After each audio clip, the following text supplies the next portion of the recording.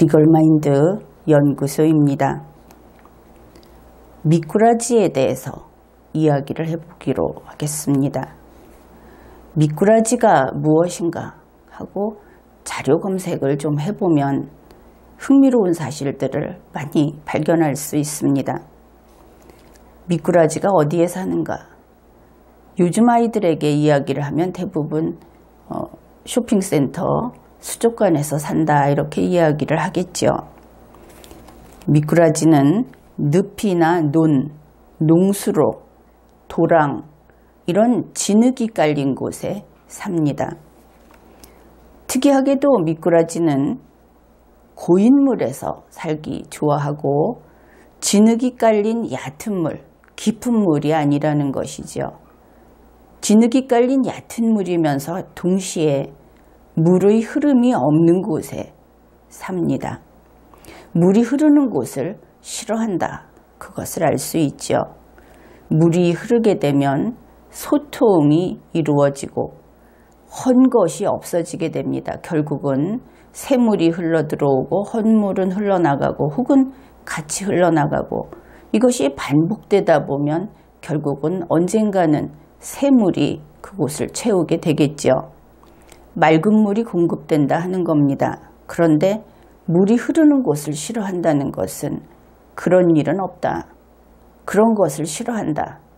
이것을 알 수 있습니다. 미꾸라지는 3급수 혹은 4급수 정도 그런 물에서도 잘 살고 아주 더러운 물 그리고 산소가 부족한 그런 물에서도 잘 견디고 잘 산다고 합니다.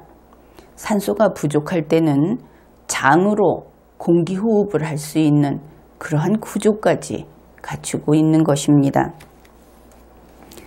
겨울에 미꾸라지는 진흙 속에 들어가서 동면을 하고 그리고 겨울은 아니라고 하더라도 갑자기 그 온도가 낮아지든지 아니면 가뭄이 계속되든지 해서 그 상황이 나빠지면 역시 진흙 속에 들어가서 휴면을 한다고 합니다. 일종의 그 휴가 이런 것을 즐기는 것이지요.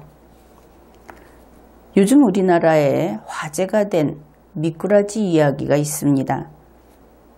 겨우 한 문장 정도 되는 그 내용인데 이것을 분석해 보기로 하죠. 궁지에 몰린 미꾸라지 한 마리가 개울물을 온통 흐리고 있다. 그것이 바로 그 미꾸라지 이야기입니다. 이 말을 한 주인공을 Y라고 부르기로 합시다. Y가 한 이야기가 무엇인가? 우리는 이러한 것들을 알 수 있죠. Y에게 이 개울물은 참 중요한 것이구나. Y는 개울물 속에 살고 있겠구나. 이런 것을 알 수 있습니다. Y는 바로 그 미꾸라지 한 마리, 그 미꾸라지 한 마리가 밉다. 그것도 알 수 있습니다. 그러면 Y가 이야기한 개울물, 그 이야기를 해보죠. 개울물은 개울의 물입니다. 그러면 그곳이 개울이어야 하겠죠. 개울이라고 하는 것은 강물보다는 그 물줄기가 좀 작은 것을 가리킵니다. 그러나 개울은 절대 고인물이 아닙니다. 개울은 물이 흘러가야 그래야 개울인 것이지요. 물이 약하게 흘러가면 졸졸 흐를 것이고 가다가 조금이라도 굽이진 곳을 만나면 콸콸 흐를 겁니다. 이렇게 흐르는 물은 물살이 나름대로 어느 정도 이상의 센 물살이 있을 수밖에 없습니다. 그런데 이러한 흐르는 물인 개울물이라고 한다면 일단 미꾸라지는 흐르는 물에 그렇게 물살이 있는 그런 물에서 대체로 살지 않는다. 그렇게 알려져 있지요. 그러면 참 이상한 일입니다. 어떻게 개울에 흘러내려가는 그 개울물에 미꾸라지가 살까? 게다가 이 흘러내려가는 개울물은 계속 위에서 새로운 물이 들어옵니다. 그래서 흘러가지요. 그렇기 때문에 미꾸라지 한 마리가 그 개울물을 온통 흐리게 할 수는 없어 보입니다. 대단한 미꾸라지 아니겠습니까? 미꾸라지 한 마리가 개울을 온통 뿌옇게 흙탕물로 만들 수 있다고 한다면 대단한 것이지요. 결국 상식적으로 생각을 해보았을 때 오히려 Y라고 하는 미꾸라지 이야기를 한 그 당사자가 자기가 사는 곳을 착각하고 있는 것이 아닌가 이렇게 보이는 것입니다. 첫째, 미꾸라지가 사는 곳은 흐르는 물이 아닙니다. 둘째, 겨우 미꾸라지 한 마리가 그 물을 온통 흐릴 수 있다고 한다면 그곳은 개울일 수 없죠. 분명히 그것은 고인물이다. 또 그것도 전체 그 고인물의 규모가 아주 작은 곳이다. 미꾸라지 혼자서 몸부림을 치면 흙탕물이 온통 그것을 뿌옇게 만들 정도면 얼마나 할지 여러분이 짐작할 수 있을 겁니다. 정말 작아야 하겠다. 그래서 결국 Y 자신이 살고 있는 곳은 작은 늪처럼 되어 있는 웅덩이, 또 그것도 진흙이 깔려 있는 물이 아주 얕고 작은 웅덩이, 그런 곳일 것이다. 이렇게 판단을 할 수 있습니다. 그렇다면 이제 이 Y에 대해서 관심을 기울여 봅시다. Y는 물속에 살고 있는 것이 분명합니다. 그러면 Y는 어떤 수생 생물일까? Y가 사는 곳은 작은 늪이라고 하기에도 그것은 성질만 늪이지 크기는 그저 웅덩이 정도다. 진흙이 깔린 얕고 작은 웅덩이다. 그리고 Y는 지금 미꾸라지하고 같이 살고 있죠. 그래서 그 자신도 미꾸라지처럼 상급이나 사급수, 산소가 부족한 더러운 물에서도 살 수 있는 그런 생물일 것이다. 이것을 알 수 있습니다.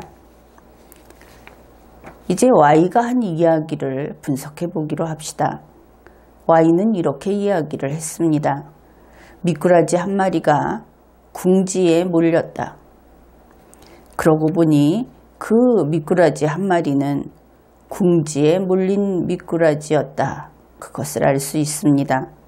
딱한 미꾸라지, 불쌍한 미꾸라지, 그런 것이지요.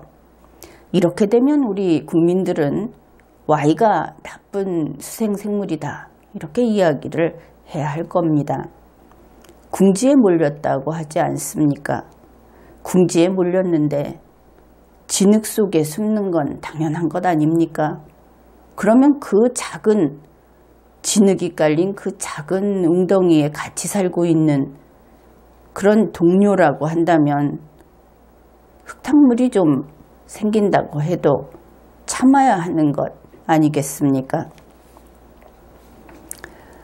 이 Y가 한 이야기는 결국 한자 그 사자성어로 일추탁언이라고 하는 그 말에 가깝습니다. 여기에서 언이라고 하는 것은 가둬둔 물을 가리키고 미꾸라지 한 마리가 그 가둬둔 물, 그 물을 흐리게 한다. 이런 말입니다. 그런데 이 말이 가리키는 것은 여기에서 이 비난받는 미꾸라지는 원래 궁지에 몰린 미꾸라지가 아닙니다. 바로 궁지에 빠진 상태가 아니기 때문에 비난할 수 있는 것이지요. 이 미꾸라지는 어떤 미꾸라지냐? 나쁜 짓을 하는 겁니다. 이것이 이제 분탕질이라고 하는데 미꾸라지 한 마리가 분탕질을 해서 그래서 물이 흐려지니까 다른 미꾸라지들이 다 손가락질을 받게 되는 그런 상황을 이야기하는 것이지요. 물론 미꾸라지는 손가락이 없고 물고기들도 없겠습니다만 하여튼 그렇게 이야기를 해 보기로 하죠. 그래서 이런 상황에서 다른 미꾸라지들이 분탕질을 한 미꾸라지 한 마리를 나무라는 말이다. 이렇게 쉽게 이해를 하면 될 겁니다. 그래서 Y가 한 이야기하고 일추타거원이라고 하는 그 말하고는 상황이 달라도 대단히 다르다. 그런데 어떻든 Y는 더러운 진흙탕에 사는 수생생물이다. 이것을 알 수 있습니다.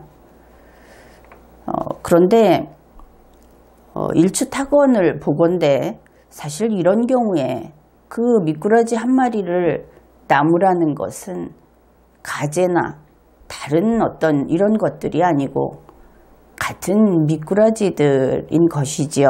그래서 어쩌면 아니 오히려 이 Y는 그 분탕질을 한 미꾸라지하고 같은 족속이다. 그러니까 역시 미꾸라지였다. 이것을 알 수 있습니다. 그리고 이 Y가 살고 있는 이곳, 이 그 작은 웅덩이, 거기는 결국 미꾸라지들의 소굴이다. 그것을 알 수 있죠. 자료를 찾아보면 겨울에 이런 미꾸라지를 잡으려고 하면 삽으로 과감하게 그 웅덩이에 있는 흙을 파헤쳐서 단숨에 잡는 것이 좋다고 합니다.